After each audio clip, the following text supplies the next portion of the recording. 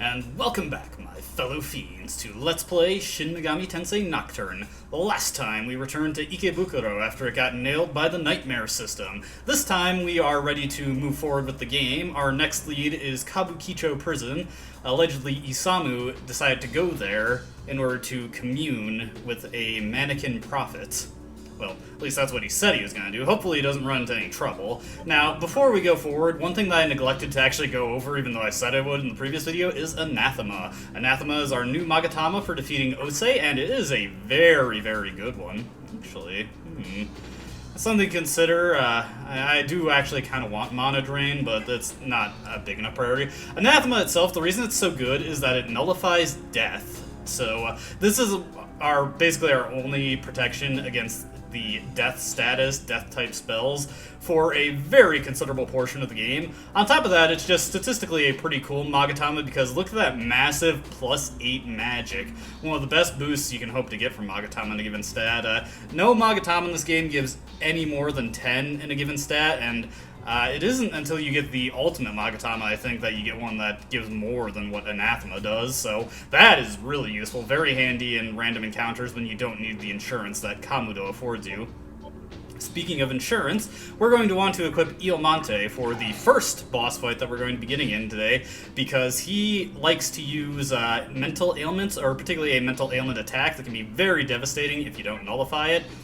For this boss, we are going to be using Arahabaki, Karasu, and Kikurehime. Arahabaki in particular is going to help us win the fight a lot more quickly than we would be able to otherwise, especially since it'll allow us to do so when the fight is going to get relatively dangerous. Before we actually get into the fight, and just another thing to note is that it is very important that you have Tetraja in some capacity. I have plenty of Tetraja rocks, but if I didn't, I might want to cut somebody, probably Arahabaki, to get Decent, so I had access to that. Now, before we go forward, you may notice in the Cathedral of Shadows, when we go to fuse, we have these skull icons. We can now fuse Matadors, since we got a Death Stone from the Labyrinth of Amala way back when, and I'm actually the level to fuse him, though I'm not going to fuse him with these particular demons. The way Death Stone fusions work is that if you have one, and it's a specific phase of the Kagatsuchi, or a specific range of phases, a certain race will always result in a fiend instead of what it normally would result in. Matador, in particular, he results from a fusion that would result in Yoma when the Kagatsuchi phase is between 1 and half, so that's something to keep in mind. I want to look for better ways to fuse them, but we will definitely be fusing them because all the fiends are pretty good. Even the ones that I don't think are great are still very worth having because of their excellent resistances. Just take a look at Matador here. He nullifies Force, Instant Death, and Ailments completely, and that is some excellent protection there. He's also got a great unique skill in Andalusia, and he learns some pretty useful stuff like Dekunda, Focus, Taunt, and his signature buff, Red Capote. Although you'll find when you actually learn it, unfortunately, Red Capote is a self-buff. That would be so absurd if that actually applied its effect to your entire party. Now that that's all taken care of, one more thing that I would like to remark on is that the strength door in the basement of the Mantra HQ, I did look it up, it is actually exactly 24 or higher. That is what you need in order to open that door, so not as bad as I thought. I think the reason I always think of 30 as the cutoff for that is because that is actually one of the few Magatama in the game that gives you +10 in a stat. It gives you +10 to strength and also to vitality, but nothing else. And to obviously cap a stat without having to invest to that point, you need at least 30, so I always kind of correlate it with that. Anyways, walking into this area, the Candelabrum of Sovereignty will start flickering wildly. This can be done after you fight Dante, or I think after you meet with Ghost Tenno, one of those two, but it's better to do this after visiting the Assembly of Nicolo, just because this is a relatively tough fight, and what I'm going to do on the opening turns is going to depend very heavily on who this guy targets. There's no fear of death, but there is a chance I could be put in a bad situation, and we'll go over why. Now, whenever you come across a fiend, unlike Matador, you get the option to leave the scene if you do not feel comfortable with fighting this thing. However, this is an RNG thing. It is entirely possible you could say no, and the game's like, no, you're fighting anyway. So don't rely on this. There is two situations, well, three, that I can think of that you might want to take this, but otherwise you're probably looking for these guys, so we're just going to stay here.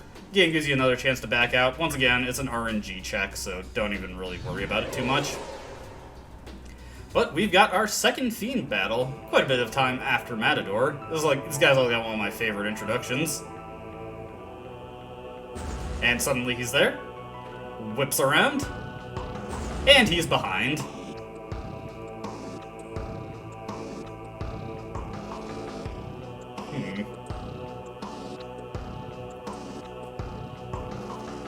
Well, I feel like you're making a lot of judgments about me, buddy. But this is Deisojo, our second Fiend, also a very popular Fiend to fuse, for reasons that we will absolutely be going over, and I will definitely be fusing him, because he has quite a few good things to say about him.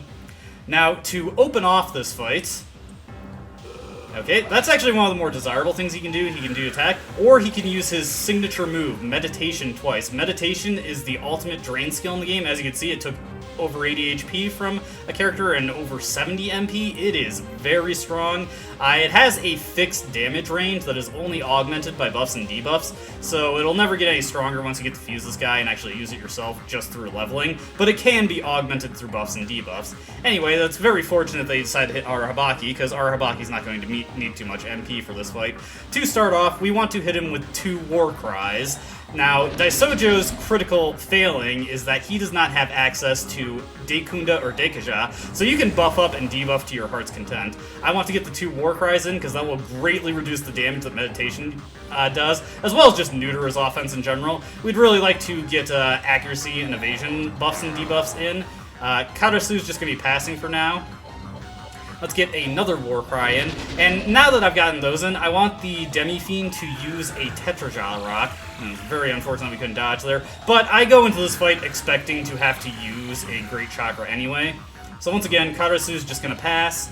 We're going to set up the Tetraja Rock just so I don't forget, and then we'll use a Great Chakra to get the Demi-Fiend's MP back. Let me see, another Sukukaja going. We'll have our Habaki pass here, start getting the Tadarkajas up, and we will get the Great Chakra out. Then, at this point, I'm just going to focus on buffing up until we decide to lay into this guy.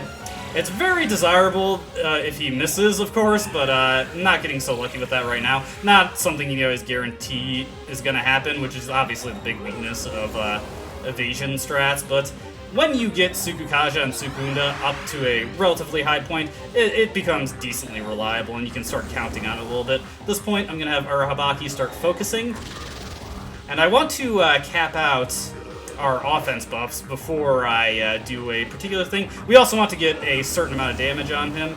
Let's get another focus going. I think I just need one more Sukukaja to max us out here. If not, we're close enough. And let's do a focused lunge. Check out the damage on this. Nice. Now, Daisojo, and this is actually kind of an interesting thing, he is resistant to everything that he isn't immune to. This is not the case with the fusible Daisojo, and it is the one instance in a Fiend battle where the Fiend you come across in the game world actually has attributes that he does not have when you get to fuse in. And I think our attack is maxed out, but better safe than sorry. Yeah, we were at the limit, so that was needless. I probably could have kept up the offense, but I just wanted to be sure. Now we're going to go all offensive here, start hitting him, get those focused attacks in. And we'll know we're at the point where I want to do my particular thing when he actually has some dialogue. Alright. Okay, we're getting close there. Not quite yet, but very soon I'm going to be executing my finisher strategy. I think 2 more focus strikes from Arahabaki and the Demi-Fiend should do it. I forget if Arahabaki already has focus up. No, he doesn't. Alright, so what we're going to do is we're going to get 2 focuses going. And I'll know he's at the threshold to do my big finishing strategy when he starts using a move called Startle, which is basically his equivalent of Beast Eye. Alright, we'll do this. We'll hit him with a Krunda just to get the last of that MP taken care of. I'm actually going to have our Habaki pass here and just whack him again. Okay, here we go. No, I think we've got this in the hand. Now he has unlocked a bunch of moves. That one is Preach. It is a multi-targeting ailment skill, mental ailment skill, and it can inflict panic or charm. So it is very important that you have ailment nullification on the Demi-Fiend, so that you can purge it on people who are weak to it, like our Habaki. So we'll use a Sacred Water just to get that out of here. And to cap this off, yep, got that in, we're just gonna have our Habaki go boom. And check out the damage on this. Oh, nice!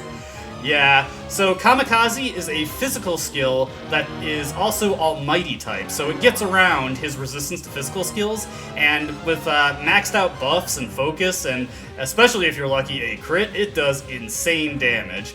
The obvious drawback is that it kills the demon. Most of the time I think it's a little too situational to really be worth investing in, and certainly I don't like denying my demon's experience when I can avoid that, but in this case it allows us to end the fight much more safely, much more quickly. Now, the reason I threw up the Tetrajaw Rock is once he gets into the phase where he can start using Preach and Startle, which gives him 3 half press turns, he'll start using multi-targeting instant death skills. I've only ever seen him use them once per round, if he uses them at all, but he has access to Mahamon and Mamudon, so you definitely want Tetrajaw in effect for that when that happens.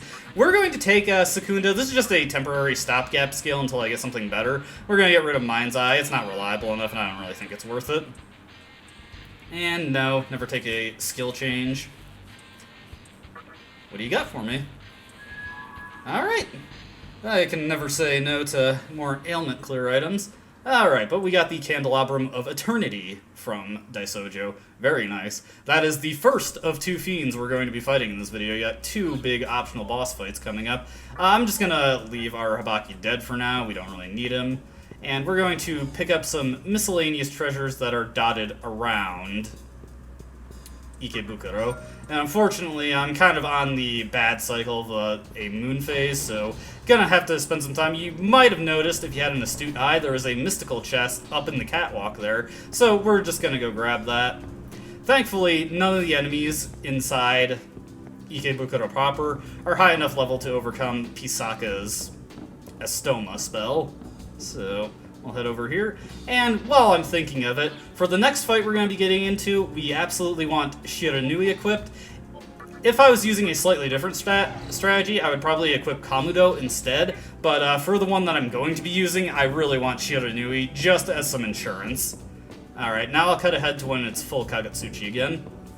Alright, now it is full Kagetsuchi again. Let's just open up this chest and get a Chakra Pot. Actually, that might come in handy. I may end up needing it for the upcoming battle. Certainly saves me the trouble of having to go back to Rags and see if I have any Sapphires I can trade with them. You know what, as a matter of fact, why don't we just check right now? I haven't really checked out the gem menu in a while. Yeah, you need 2 Sapphires to get a Chakra Pot, so yeah, I'd be out of luck there. So actually, pretty nice to get for there. Now, I'm hoping I can get through the next fight without having to use my Bead of Life, because honestly, I'd rather sell it for the money. In most situations, it's a pretty overkill item, and the money is much more useful to me at this point. I've mentioned this previously. We are actually, we could do it as soon as we finish off the next Fiend battle and get access to the second Calpin, Labyrinth of Amala. But that's not something I'm going to do right away, just because it's extremely luck-based, and if I tackle it later, it's slightly less so. So we'll go over that when we actually get to it. But for right now, the main thing is we want to recover, make sure we are fully prepared. I've already equipped Shiranui, so we're good there. And we're just going to get everybody healed up, and I'm going to get the team that I want for this upcoming boss fight. So we want our Habaki back in. He's pretty critical, but a surprise pick, and I literally just thought of this yesterday and tested it out and actually worked out the way I hoped it would. We're going to bring Pisaka along. I did not actually think he was going to see any serious combat, but he just so happens to start with a skill that is phenomenally useful for the upcoming battle and takes a lot of the luck element out of it, but the big downside is that it is a pretty boring stall strat, so I'm going to let you know there's definitely going to be some cuts to break out the, or stop the more repetitive nature of what I'm about to do, and if you were paying attention to his skill set in the previous video, you can probably guess, but we'll go over it regardless. Now, just as insurance, I better save right here. They got a nice convenient small terminal right here inside the Mantra HQ. very handy for us.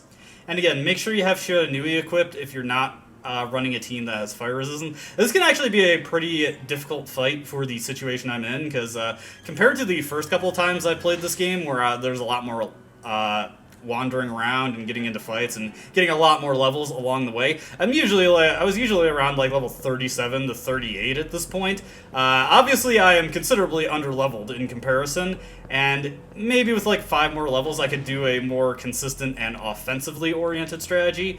But I'm just afraid that's not going to be too viable. There's going to be too much of a luck element involved. So I'm about to do, I'll just tell you what it is. The slight cheese strat that I'm going to do. Slight cheese or full of cheese? I guess that is up to your interpretation. You may notice that there's a glowing building over there to the bottom right. Do not worry about that right now, but it will become important later, so tuck it away.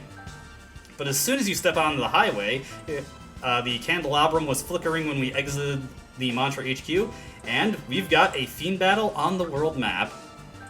Now, this might be a situation where you want to attempt to actually get past this guy. One of the situations where you want to attempt to get past the Fiend, and if it doesn't work out and you're just not confident you can beat this guy, then you just gotta keep trying until he lets you go. If you can go past him, then you can just go on your merry way and get to the next dungeon, and after you clear that, you'll probably be strong enough to beat him. But here we have Hellbiker. He is a royalty-free version of some comic book character, perhaps you've heard of him. Yeah, I'm obviously thinking of Professor Xavier. But yeah, he offers to take us to a world without limits. His words, not mine. This guy has very goofy voice acting in the HD version of the game, which I actually kind of like. Alright, that's actually a very good opening right there. That is one of his signature moves, Hell Exhaust. It is basically Mazanma, but it also has Deisojo thrown into it, which is pretty interesting and unique. Now, like I said, it has Deisojo thrown into it, and he loves to use that move, so it's actually pretty difficult to keep any buffs up because he uses it very frequently. Karasu is in here because he repels force, which means that whenever he uses it, it ends his turn. I don't have to wait for any follow-ups. Alternatively, I could have used Matador, and he'd probably be pretty great here too, but that is not that important. Now, annoyingly, he also has Dekunda, but he doesn't use it every turn. He certainly doesn't use it as often as he uses Hell Exhaust. And even if he does, that still buys us a free turn. One thing to note is that Demi-Fiend's offense and Karasu's offense, they have to strictly rely on physical attacks if I have them attack at all in this fight. Because Hellbiker, as you can imagine, based on his fiery wheels there, he's immune to fire, but he also drains force, my two main attacking options, so that is kind of the major weakness of the build I am running currently. This is the only time in the game where that's a factor, but it is pretty annoying. Now, the reason I brought in Pisaka is because he has Life Drain. And Life Drain, despite the name, also drains MP.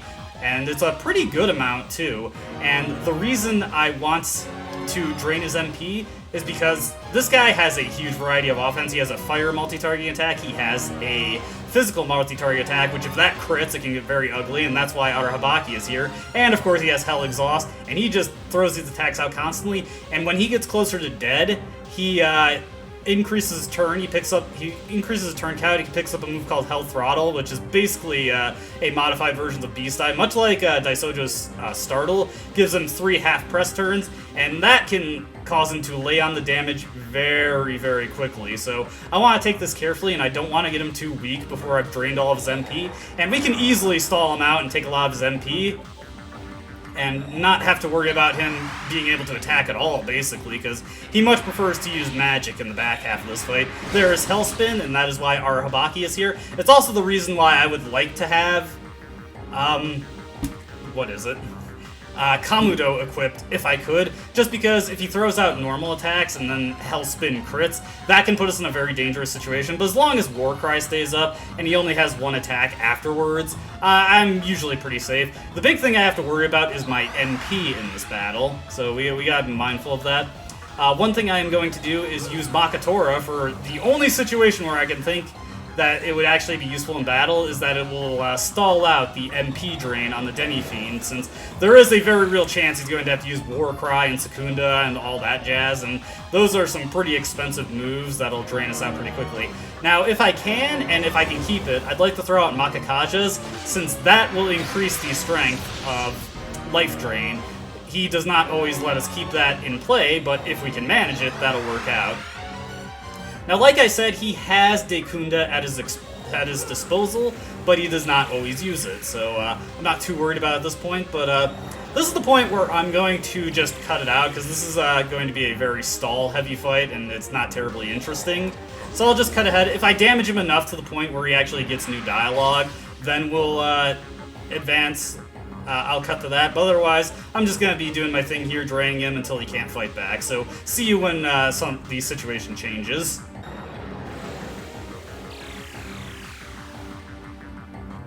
Alright, after you deal a certain amount of damage here, he commends you for actually keeping up with him. And then he just more or less does the same thing. Funnily enough, between this and my test run, I have not seen him use his fire attack, and I forget what it's called. The entire reason I put on Shiranui is because of that attack, and the fact that Pisaka is weak to it, and he just never uses it. I don't get it.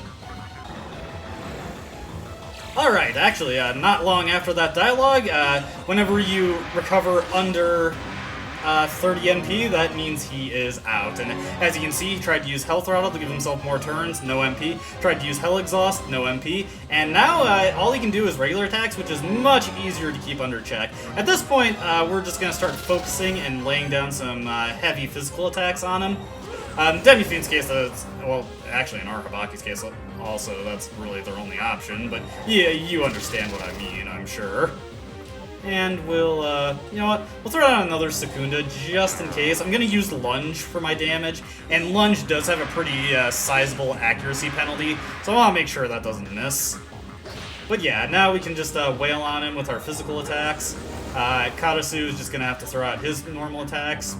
Honestly, I could probably auto-battle at this point and, you know, only have to occasionally stop to make sure I heal, depending on how many times he uses Hellspin. Physical attacks are kind of broken in the favor of the enemy, where they don't have to worry about their HP at all when using them.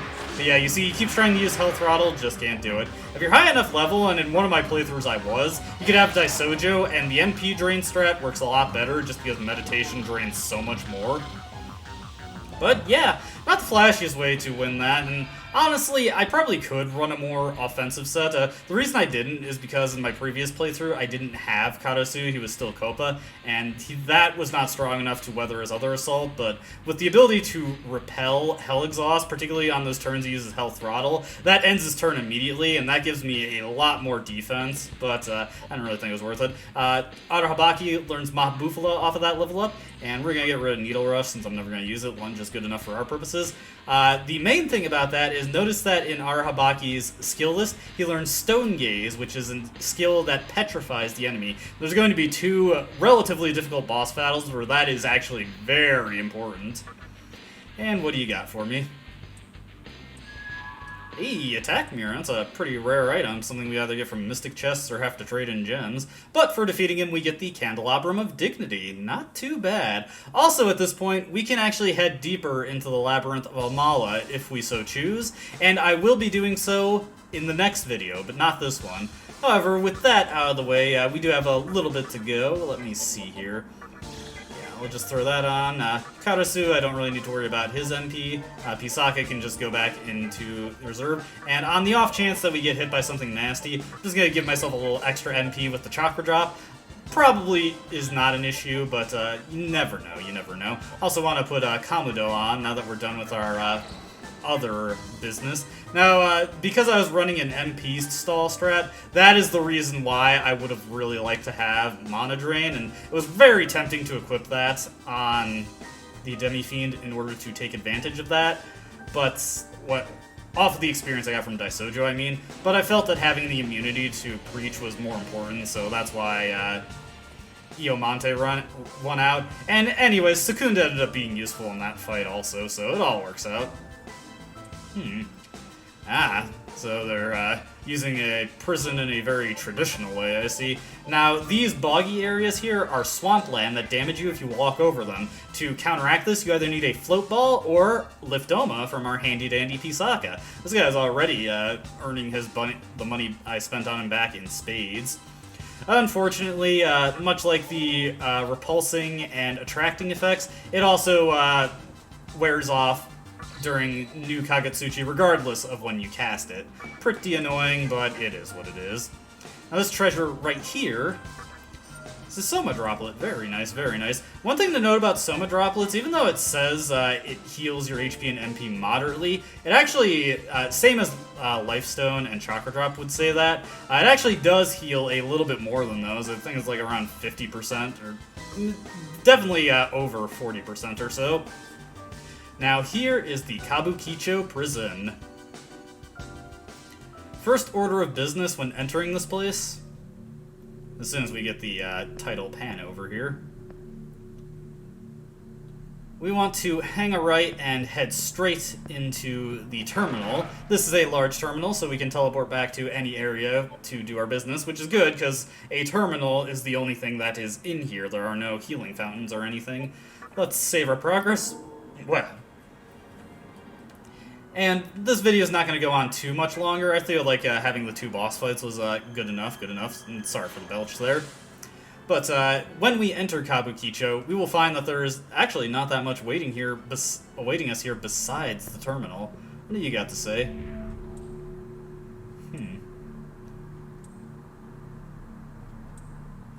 Oh, I mean, you say that, but, you know, I go into this door and no one is here. And there are tons of rooms in this place, and all of them give you that no one is here notice. One very weird thing about the Kabukicho prison is that there is almost no treasure in here. This is one of the few dungeons in the game that doesn't really have anything to find. All the treasure is actually located in the boss room after you clear the dungeon. Now you can mess around here, you can go up those stairs, but you'll find yourself routinely blocked off. But we come over here, and you probably noticed that Naga as the camera nudged over.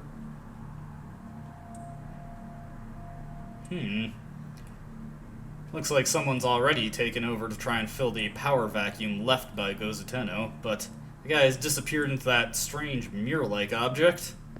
More like a portal than anything. Mysterious wall, the game identifies that. Needs something to activate it with. We don't have anything, so I guess we're just gonna have to get out of here. Go home empty-handed. That's it.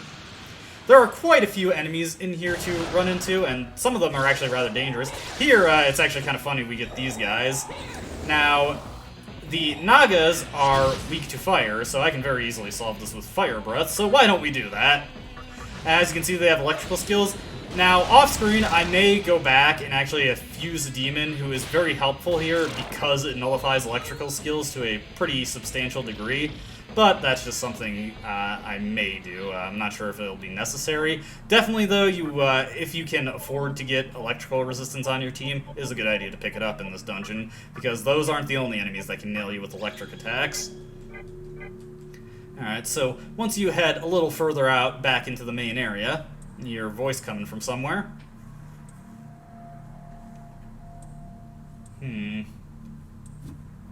Sounds like this guy revels in the misery of the mannequins. And yes, those are the mannequins that he is torturing at the moment. So, it looks like he has an object that allows him to enter some kind of mirage world, and we can presume this is where the mannequins are being held. Oh, you better believe it, friend. Well, I did everything, so I actually think that means quite a bit, all things considered. But yeah, this is just a single Naga. This is why I was saying it was funny that I ran into a group of them earlier. Not much of a mini-boss, really, and yeah, Fire Breath just completely destroys them. Fire-boosted fire attacks, very good, very good. You know what? Now, we have the Umugi Stone, and that will allow us to go forward into the Mirage area. I'm doing something a bit weird here. I'm equipping Madugore because I'm really close to a level up. I haven't really gone over this in the previous parts, but since the beginning of this Let's Play, I have learned that Magatama have consistent level up effects. So, Madugore, in its pool of effects, when it reacts violently, it can fully heal just the Demi-Fiend, or it can boost a stat. Now, the wiki says that it only ever boosts strength, and that does seem to be relatively true. Most of the time it will boost strength if it boosts a stat, but just so happens that in the practice playthrough that I was doing, one time it actually increased my vitality instead. I'm not sure if they smoothed that out in the transition to the HD and re-release versions in Japan, of this game, and it always increases strength, but it can increase vitality potentially, at least in this version of the game. Most of the time, though, it has a chance of increasing strength, and if I ever see an opportunity where I can potentially get a free point of strength, I may as well throw on Marogare, because unlike other skills, we actually cannot master Marogare until a very, very late point in the game. The final skill that it'll have, and I'm sure I'll get a chance to show this off, will be a perpetual question mark, which means you can always attempt to roll violent reactions from it, which is pretty handy, and I'm really close to a level up in an area with enemies that give decent experience, so I could just save and load until I got a strength boost, which maybe I'll do, but I don't think I will. It is far from necessary. Just a nice thing that could potentially happen. Now, despite the fact that we have the means to get further into Kabukicho Prison, we are not going to be doing that because, of course, we can go deeper into the Labyrinth of Amala, and I'd say that would be the more rewarding endeavor. It will be the more rewarding endeavor, so that is what we will be doing in the next video. I'm not sure if I'll be able to fit all of it into the next video, but maybe I will. It's definitely an interesting floor, and I'm definitely going to need to look up a map for it, for reasons I'll become apparent as soon as I go through it. But that will be for the next video. As always, I hope you enjoyed watching, my fellow fiends, and I hope to see you next time. Goodbye.